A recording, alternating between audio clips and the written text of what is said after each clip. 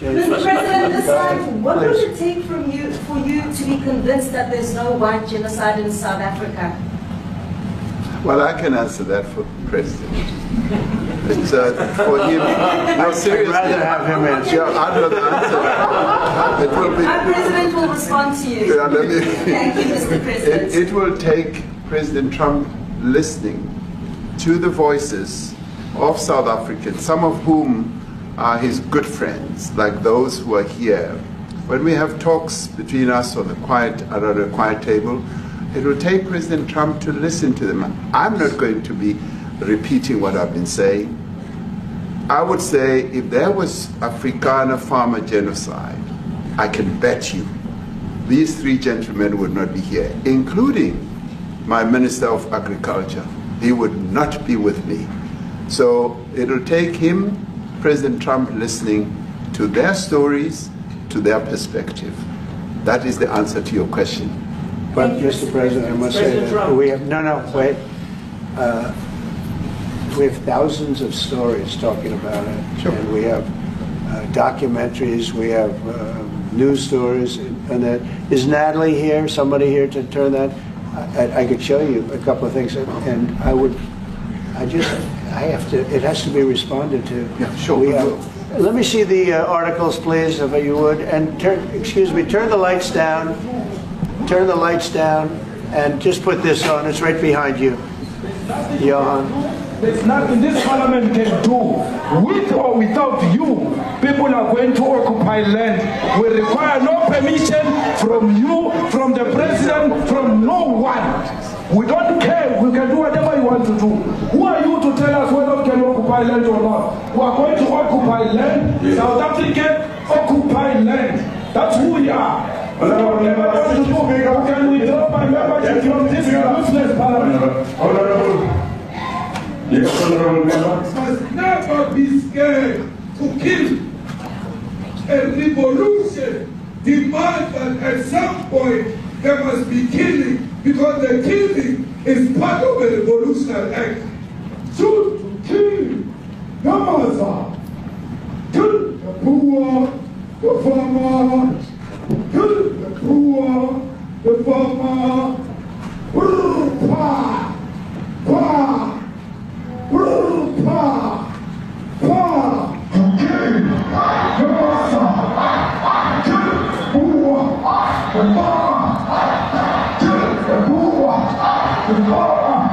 The mayor of DJ in PE is a white man.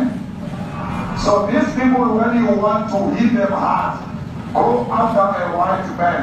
They feel a terrible pain because you have touched a white man. Not because Mashawa and Soli will not be touched. They will be touched, no one. But we are starting with this whiteness. We are cutting the throat of whiteness. Shoot to kill. Yamaza. Kill the brewer, the farmer. Kill the brewer, the farmer. Pa, pa, pa. Shoot to kill. Yamaza. Kill the brewer, the farmer. Kill the brewer, the farmer. Pa, pa, pa.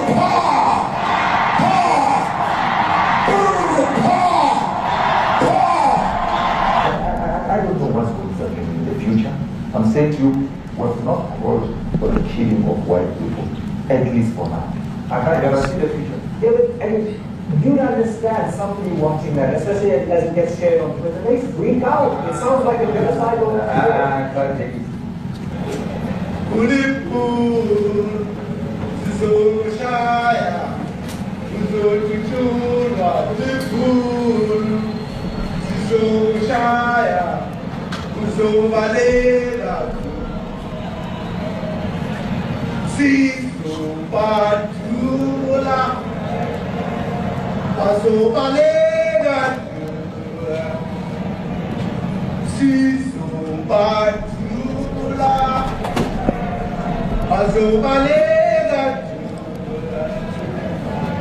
Who will expropriate land without compensation, whether they like it or not, if they object, they can seek refugee in America. Now this is very bad. These are burial sites right here. Burial sites. Over 1,000 of white farmers, and those cars are lined up to pay love on a Sunday morning. Each one of those white things you see is a cross, and there's approximately 1,000 of them. They're all white farmers, the family of white farmers. And those cars aren't driving, they're stopped there to pay respects to their family member who was killed. And it's a terrible sight. I've never seen anything like it. Both sides of the road you have crosses.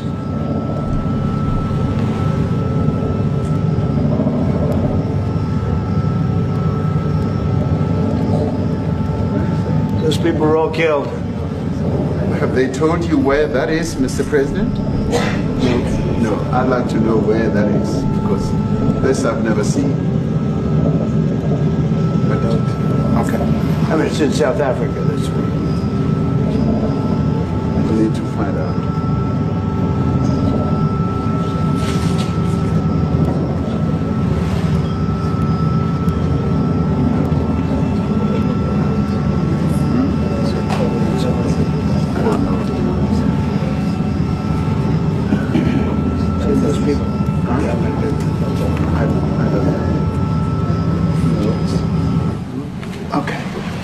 Mr. President, the Pentagon announced it would be accepting a Qatari jet to be used as Air Force One. What are you talking about? What are you talking about? You know, you ought to get out of here. What does this have to do with the Qatari jet? They're giving the United States Air Force a jet, okay? And it's a great thing. We're talking about a lot of other things. It's NBC trying to get off the subject of what you just saw. You are a real, you're a terrible reporter. Number one, you don't have what it takes to be a reporter. You're not smart enough. But for you to go into a subject about a jet that was given to the United States Air Force, which is a very nice thing, they also gave $5.1 trillion worth of investment in addition to the jet. Go back, you ought to go back to your studio at NBC, because Brian Roberts and the people that run that place, they ought to be investigated. They are so terrible the way you run that network, and you're a disgrace. No more questions from you. Go ahead. Go ahead, talk about that. His name is Peter something. He's a terrible reporter. Quiet. That's my question now. Let's go. Thank you so much. President Trump, and disaster from EMCA in South Africa. Thank you very much. Thank you very much. What would you like President Ramaphosa to do about the situation that we've just seen on the screen? I don't know. Look, these are articles over the last few days. Death of people. Death. Horrible death. Death. I don't know. To pick anyone, white South Africans are fleeing because of the violence and racist laws. And this is all, I mean, I'll give these to you. So when you say, what would I like to do? I don't know what to do. Look at this. White South African couple say that they were attacked violently. And, President Trump, when will you go and see for yourself if it isn't? well, I could do that. Look, here's burial sites all over the place. These are all white farmers that are being buried. And he asks about a jet that was given. You ought to be ashamed of yourself. You know, you are so bad. You're such a bad reporter.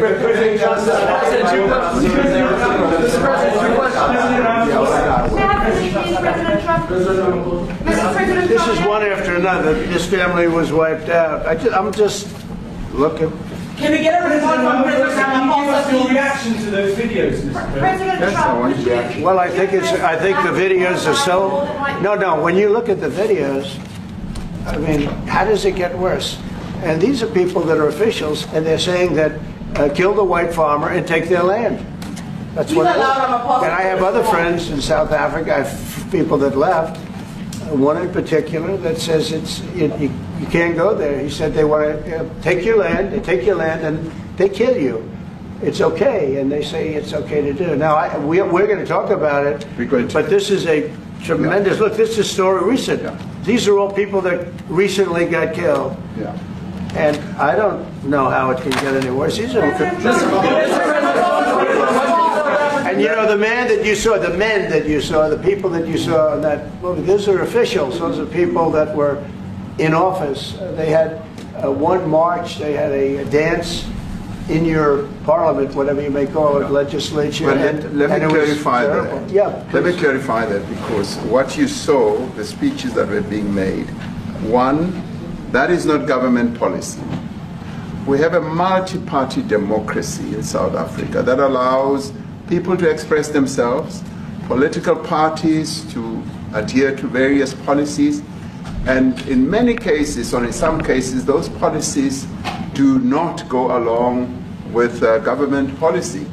Our government policy is completely against what he was saying, even in the parliament. And they're a small minority party, which is allowed to exist in terms of our constitution. but you do allow them to take land.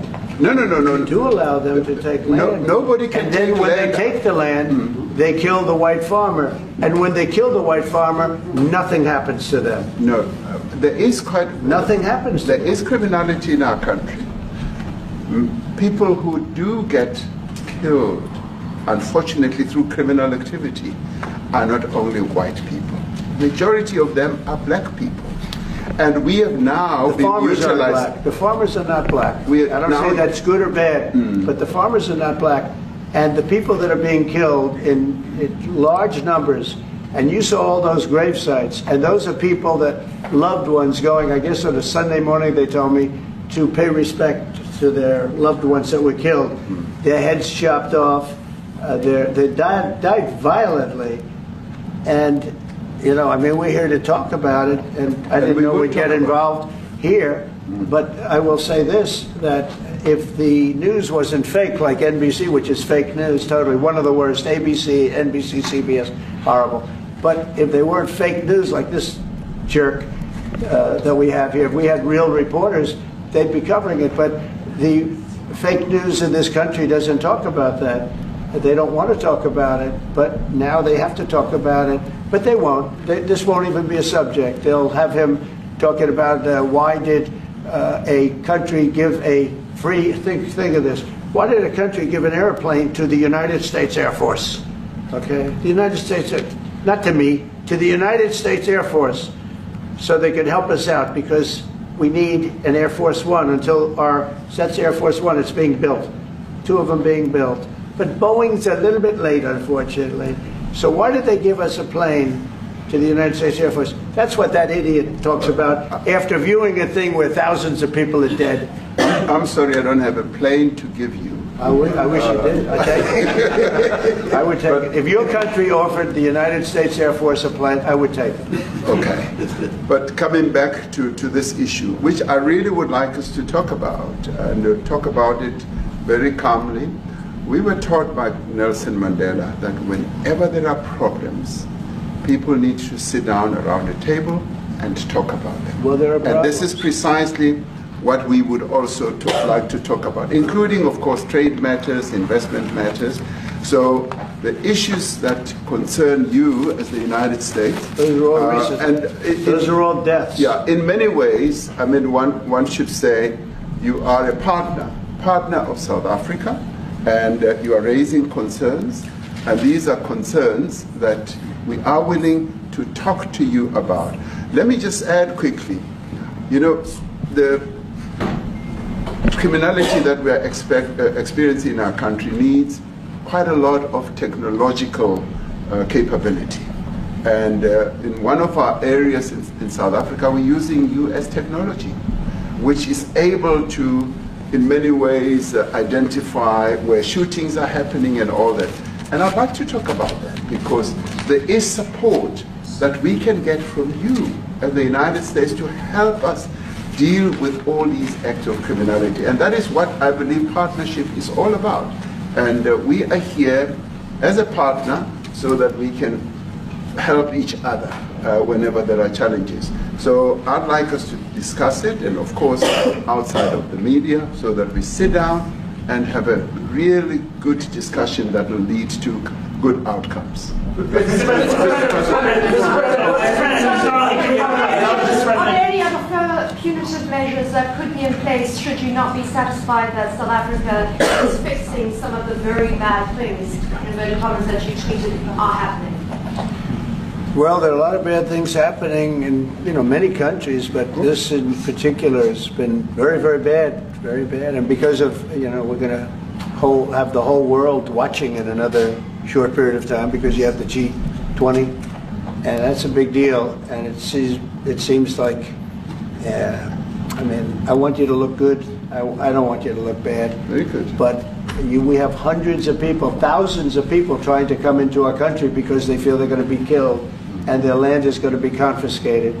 And you do have laws that were passed that gives you the right to confiscate land for no payment. You can take away land for no payment. I want to clarify that, because we have a constitution. Our constitution guarantees and protects the sanctity of tenure of land ownership.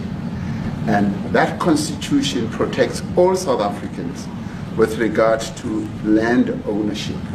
However, we do say, because we've got to deal with the past, the government, and as your government also has the right to expropriate land for public use. And you're doing that. And we've never really gotten underway with that. And we are going to be doing so. You're taking people's land away we have not. from them.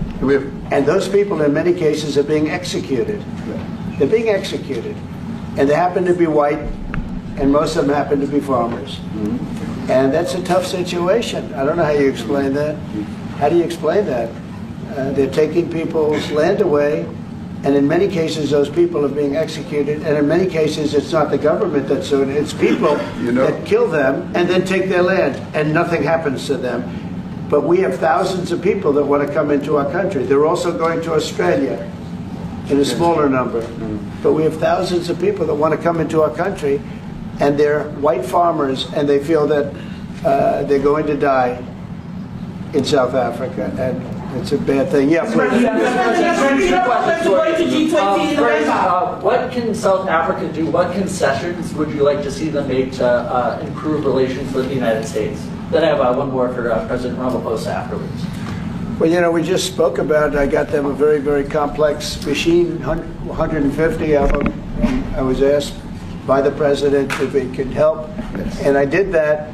And, I have great feeling for all countries. I deal with all countries, but I have a great feeling for South Africa because I have friends. I have a couple of friends, a few friends here today. I have many friends from South Africa, but many of those friends are not, they can't go back. I have, Elon is from South Africa. I don't want to get Elon involved. That's all I have to do, get him into another thing. But Elon happens to be from South Africa. This is what Elon wanted. He actually came here on a different subject, sending rockets to Mars, okay? Yes. He likes that better. He likes that subject better. That's right. But Elon is from South Africa, and I don't want to talk to him about that. I don't think it's fair to him. That's right. But I will say that people are fleeing South Africa for their own safety. Their land is being confiscated, and in many cases they're being killed.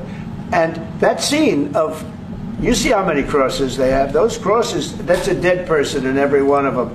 And those trucks or cars are paying their respects to all of those dead people on a Sunday morning. That's a rough thing to explain away. And the problem we have, and the way, a correct and a fair media exposes things. But we have a very corrupt media. They won't even report this. If this were the other way around, it would be the biggest story. Now, I will say apartheid, terrible. That was the biggest story. That was reported all the time. This is sort of the opposite of apartheid. What's happening now is never reported. Nobody knows about it. All we know is we're being inundated with people, with white farmers from South Africa. And it's a big problem. Marco Rubio was telling me he's never seen anything like it. The numbers of people that want to leave South Africa because they feel they're going to be dead very soon. Hello guys, welcome back. Hope you have watched a very conversation between Ramaphosa and Ibrahim and Donald Trump. They have really crashed on live on screen, and each and every country now has seen what's the difference between being a white and a black Arab. They have been talking about this war that is now going on in Ukraine, and this thing has been really going for so long, and we know that Donald Trump is the one is sponsoring the war is going on Ukraine, and he not support Russia because of what superpower. And he also talked about the what is now happening in Haiti and generally Africa. He has said that what is now happening in Burkina Faso is like a treason. So now happening in Africa is like treason. We know that Ibrahim Traore is the one who's now giving Donald Trump a sleepless night. He's not sleeping because of Ibrahim Traore only. And we all know that also the Julius Malema also joined the camp of Ibrahim Traore. And as we know that Ramaphosa, the opposition of South Africa is now Julius Malema. So Julius Malema has been very giving Ramaphosa avail sleepless nights also. So these two Pan-African, Ibrahim Traore and Julius Malema, has joined one hand in favor of fighting for America. I did the last video here about why we Africa we don't need America in our country. So you guys, he has said that when he was asked about what's now happening in Ukraine, Donald Trump started shambling. He did not answer the question as way it was asked by the Ramaphosa. And we all know that the people who was interviewing this interview was from these white people. So they normally support the white people. So they don't like any a black people. So they don't like black people to emulate their own president. So that's why I told you that the revolution has just started, and we will not stop until we reclaim our own victory. Look at now. I'm praying one day this Donald Trump will welcome Ibrahim Traore on his interview. We will see how how Donald Trump will be humiliated. And you can see that interview was done in the United States. Why Donald Trump don't want to come to Africa? Because we Africa, we are a puppet to him. So he wants to use us as a puppet to him to clamp for us. So he don't want to come to Africa to do interview. In fact, he invited all Africa to go and in United States, and that channel you will not find that the interviewer were not black people. All the interviewer were the white people. This shows that this is the racism. So we have a lot of racism and a lot of discrimination as African, and this liberation has been started and will not stop now until we reclaim our revolution. This is not a coup, it was a revolution, and liberation is now possible because people knew that liberation is impossible, but it has opened up an eyes and now has said that liberation is possible and it can happen. So the interview went on, and after that length discussion, we saw how they shaken each hands and they started jumping, and all people laughed them because of what is the question that were asked by the journalist to Donald Trump. So let's keep pushing. We as Africa, we are nearby reclaiming our future, and we will not allow these people to ruin our country. We are going to chase them from out of our country, and we remain with patriotism in our country because we were given a fake independent and fake democracy. We have now a fake democracy, and we will not allow this thing to continue. So let's just pray for our African, and I'm sending a warning to Ramaphosa. Join hands with Traore because we know that all South African people are now supporting Traore. All South African people are now supporting Traore. Even in your parliament, all people are now talking about Traore. And one thing that is really frustrating is that in across all the world, in every parliament, each country like Kenya, each country, Zambia, is talking about Ibrahim Traore. So Ibrahim Traore has a support from your country, Ramaphosa. So please don't let him down. Just join a camp of Ibrahim Traore, and we want to fight this. We know that these people are now camping in your area. We know that South Africa is now made in white people. White people are more in South Africa than any other country. So thus join hands with Julius Malema. This is not about politics. It's not. It's about unity, and it's about oneness. We want to stand with oneness as African, as a black people, to fight these people. Don't be a puppet to them. Let them come and respect us. Don't force them to come and respect us. And another thing, don't allow Elon Musk to come to your country, because as you know that last week Julius Malema told Lord Musk, don't come to our country, because when you come and build our, you will just employ your own people. So just we stand with you, Ramaphosa, and just be like Ibrahim Traore is the youngest. And kindly, if you have not subscribed to YouTube channel, make sure you subscribe now, like, share, and comment. I will come back with more updates. Bye for now.